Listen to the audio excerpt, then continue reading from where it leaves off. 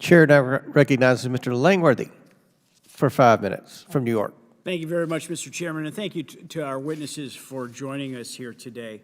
Asset managers wield tremendous power and responsibility over trillions of dollars in assets, and it's important that they make investment decisions based solely on financial performance and risk management, rather than being swayed by political and social activism.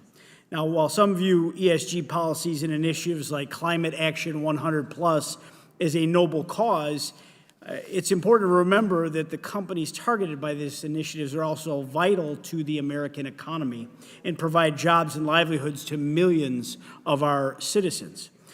If these initiatives are successful in imposing additional regulations and restrictions, it could lead to significant job losses and increased financial hardship for many Americans, which leads me to my first question. Attorney General Marshall, Climate Action 100+ has identified companies targeted by asset managers such as Lockheed Martin and Procter & Gamble, which produce military equipment and pharmaceuticals. If there were to be significant change in the allocation of capital towards these companies, how might it affect national security and public health in the United States? Well, I think it absolutely could impact it based upon the ability of those companies to fulfill their mission.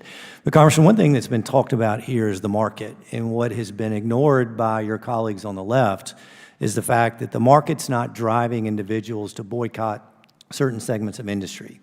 They're not asking people to not be financed because of the particular jobs that they do. That's driven by outside agencies, not the market itself.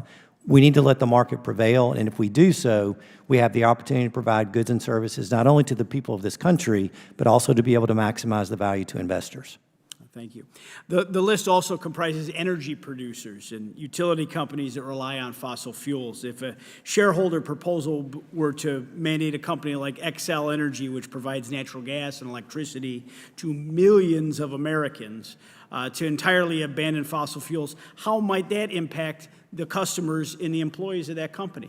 Well, look at California, number one, by the way, about whether or not we're going to have rolling blackouts, whether or not we have reliable energy, and whether or not we have affordable power that the citizens of my state can be able to pay.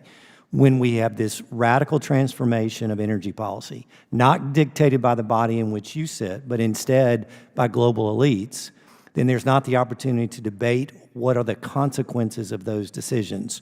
We are already beginning to see that, but yet what may occur in the near future, we still don't know. Yeah, these companies, whether or not ESG advocates agree, are essential to the American economy. They provide employment to hundreds of thousands of people, as well as essential services to millions. The International Energy Agency concedes that technology to achieve a net zero by 2050 does not yet exist. Does an investment strategy grounded in the basis of that target increase risk to investors? I think absolutely, and particularly risk as it relates to how it is that we're going to be able to provide cheap energy, which has been the driver of this company across the board to all Americans in all states.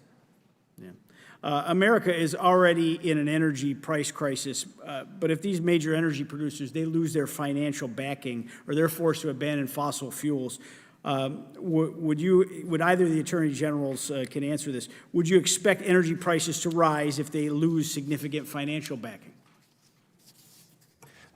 Absolutely. I mean, first of all, the technology is not to where renewables are going to supply what already is being supplied by those plants that are fueled by natural gas or coal. And if, in fact, we're unable to acquire the resources we need for the power to be generated, which we saw recently that caused the increased price for consumers, then America needs to be ready. We need to be ready to pay higher prices and also have unreliable energy, which we've been able to depend on for at least my lifetime, Congressman, and for others as well. And on that point, again, Congressman, I'll reiterate what the FERC commissioners just gave us, a dire warning about the stability of the grid and the security of the grid, given current circumstances. And just in my closing seconds, Attorney General Reyes, I know that many of the companies who do conform to ESG initiatives, they're relying on rare earth minerals, specifically resources that just are not readily available in the United States. There's an overemphasis on companies that rely on these resources, which primarily come from China. Does that compromise American national security, in your opinion? It absolutely compromises our national security. And in addition, something that we haven't mentioned earlier, there are other issues about our southern border security that ESG also compromises. Thank you, Congressman. Thank you very much, and I yield back, Mr. Chairman.